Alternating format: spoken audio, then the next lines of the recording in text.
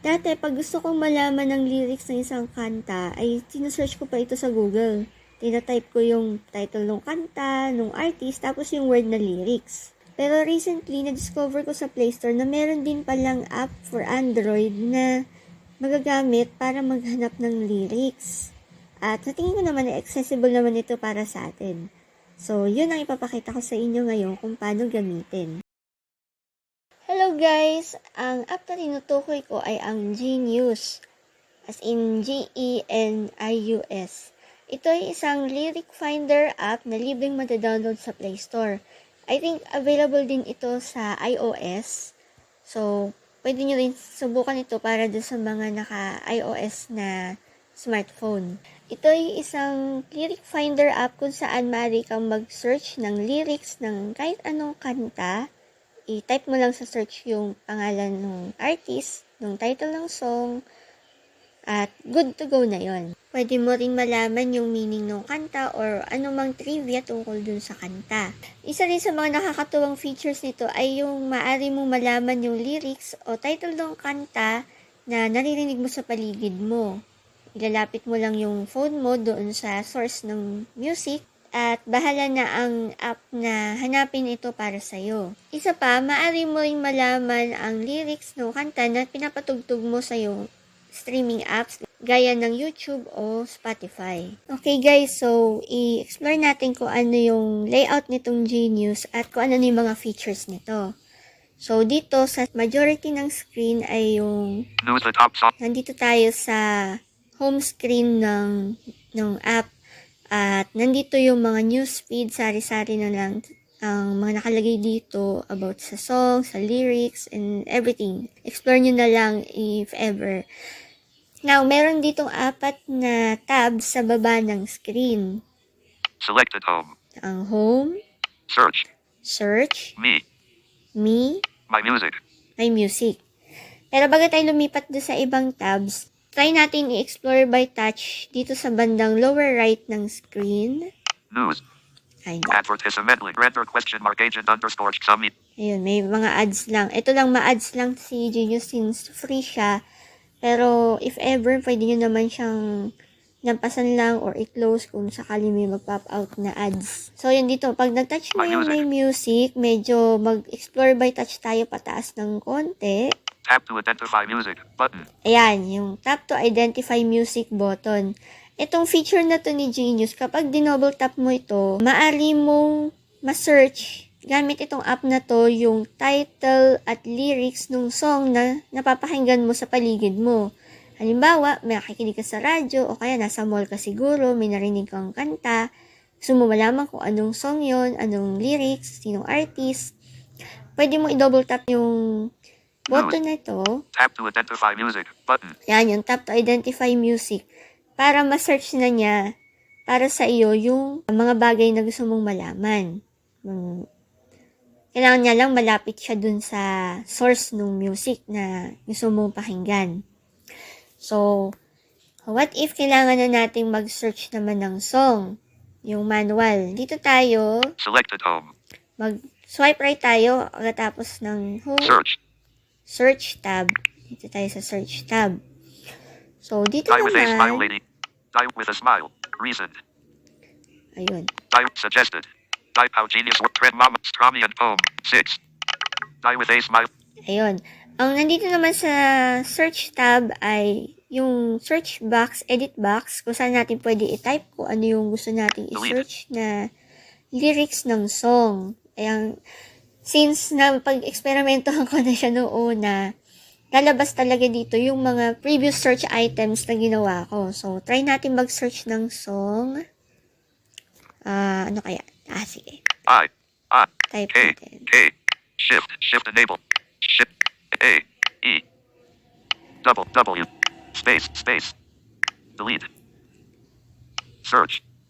Try natin yung ikaw. Tapos pag lift mo ng finger pagtapat sa search, tingnan natin kung may lalabas na. Nadarang Shanti Dope Mosaic top result. Icon edit box. Nadarang Shanti at songs. Advertisement link songs. Bakit ba songs. Bakit ba icon Kel Pangilinan. Icon Ato Mara Delatorian Jason Marvin. So, ito po yung mga lumabas sa search results natin. Icon K6 Battalion. Show more songs. Item footer. Lyric matches. Nadaran Shanti. K and Mozilla. Inspired by Katadea Mo Notice Band. Show more lyric matches. Item footer.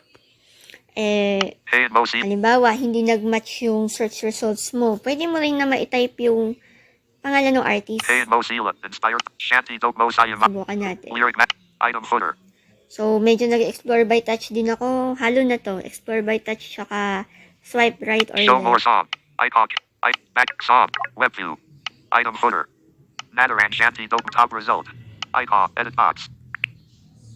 Space. So, Space. double tap ko yung ikaw dun sa sa upper part ng screen. Nandun kasi yung edit box. Y. Try natin Y. yung Yeng. N. G. Search. So, search. Advertisement link. Icon Yen Constantino. Ayun, lumabas agad yung match natin ay yung kay Yeng Constantino. So, i-double tap natin yan para makita na natin yung Propose lyrics. lyrics edit. Verse 1 sub pack but Pwede rin mag-propose ng lyrics edit bago lumabas yung lyrics. Bali, parang sa taas ng lyrics, merong propose edit. Siguro pag sa tingin nyo may mali doon sa lyrics, pwede mo siyang isuggest kung ano yung tamang lyrics niya. My music. Play song button. Tapos, ganito yon kapag halimbawa na-display na yung lyrics ng song, doon ulit sa same na pwesto kanina nung yung tap to identify music doon sa home screen. Sa taas ulit nung may music, Play song button. meron ditong play song button. Ibig sabihin, yung song na sinesearch mo, pwede mo rin siyang i-play para mapakinggan mo habang binabasa mo yung lyrics. Pero, ayan, sa inyo ko na lang ipapaubaya yung pag-explore niyan kasi baka makapiright tayo kung magpe-play ako dito. So, papakita ko lang sa inyo kung paano explore ulit yung lyrics. Verse 1 sub pack but tag NG Bawin or Zay Icon Anyan Nisa Biso Ko Hindi Ko Mahinto Pintig NG. Ops, teka lang. Nagtuloy-tuloy siya yung pagbabasa niya. So, ang pwede natin gawin dyan, para hindi naman tayo nahirapang habulin yung lyrics niya, palitan natin yung reading control ng ating screen reader. So, since prudence ako, mag-swipe down 3 fingers ako. Windows. Scroll. Media default character words lines paragraphs. Paragraphs. Try natin yung paragraph. Verse 1 sub pack but Pag by paragraph ba, tapos mag-swipe down ako 1 finger lang. verse 1 sub pack but tag NG Bawin or Zay Icon Anyan Nisa Biso Ko Hindi Ko Mahinto Pintig NG Puzo Icon Ang Pinangarab Garab Ko Simula Nun Matanto. So, ganyan po yung pagbabasa niya. Pero minsan, kapag tinuloy-tuloy mo yung pagbabasa dyan, parang napuputol yung lyrics. Meron lang kasing sumisingit na ad sa gitna. Verse 1 sub pack but tag NG Show P underscore logo graphic. Kaya yan. Minus 85% graphic. 100 So, P. mag-swipe right lang 936. tayo. Shop now. Minus 50 graphic. Pujadoc 4,600. Shop now. Rigid Hindi Pop. Item foot. Rigid Hindi Paco Umibig. Ayun. Pag nalampasan mo na yung mga ads, saka mo na makikita yung karugtong nung lyrics kanina. Ridge. So, ganyan po yung sa search tab nitong app. So, try naman natin yung susunod na Selected tab. search. Me. Yung me. So, double tap ko yung me. Ang nandito naman ay Top sign up. kung gusto mo mag-create ng account, kung gusto mong ayusin yung settings ng app. My music. Ayan, wait. Settings. Ayan. Sign up. Settings. Facebook. Button. Google. Or sign up with email. Username. Edit. Email. Password. Uncheck it by tapping sign up. Sign up. Button. Already have an account. Lift off privacy button. Already have an account. Sign in. So, ganyan po. Pwede kayong mag-sign in para siguro may iba pang features. Pero so far sa mga experiences ko dito, marami ka na rin naman pwedeng gawin sa kanya kahit hindi ka mag-login. Pero para siguro mas ma-maximize mo yung mga features niya, pwede ka naman mag-sign in gamit yung Google account mo or Facebook account. So, nasa sa inyo na yan kung gusto nyong i-avail yun or gusto nyo mag-sign in or sign up dito sa account. So, nandito rin yung sa settings niya. My music. Already have an account. Ayan. So, punta naman tayo sa My Selected. Music. My music. Ayan, My Music.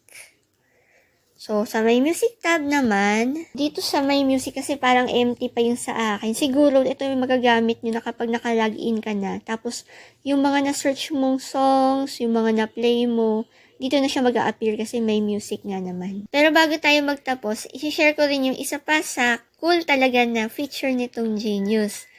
Alam niyo ba na kung sakaling magpe-play kayo ng music sa mga streaming apps nyo, gaya ng YouTube or Spotify, ay pwede rin niyang i-identify yung lyrics nung kanta. Mag-a-appear din siya sa notifications. Basta i-allow nyo lang yung mga permissions niya. Halimbawa, nagpi-play ka ng song, pero kailangan bukas itong Genius ha.